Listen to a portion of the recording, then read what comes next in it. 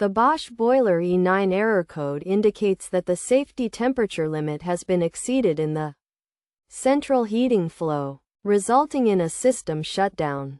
This issue can be caused by a variety of factors, including a blocked boiler pump, a faulty heat exchanger, a malfunctioning safety temperature limiter, damaged wiring, or a faulty PCB.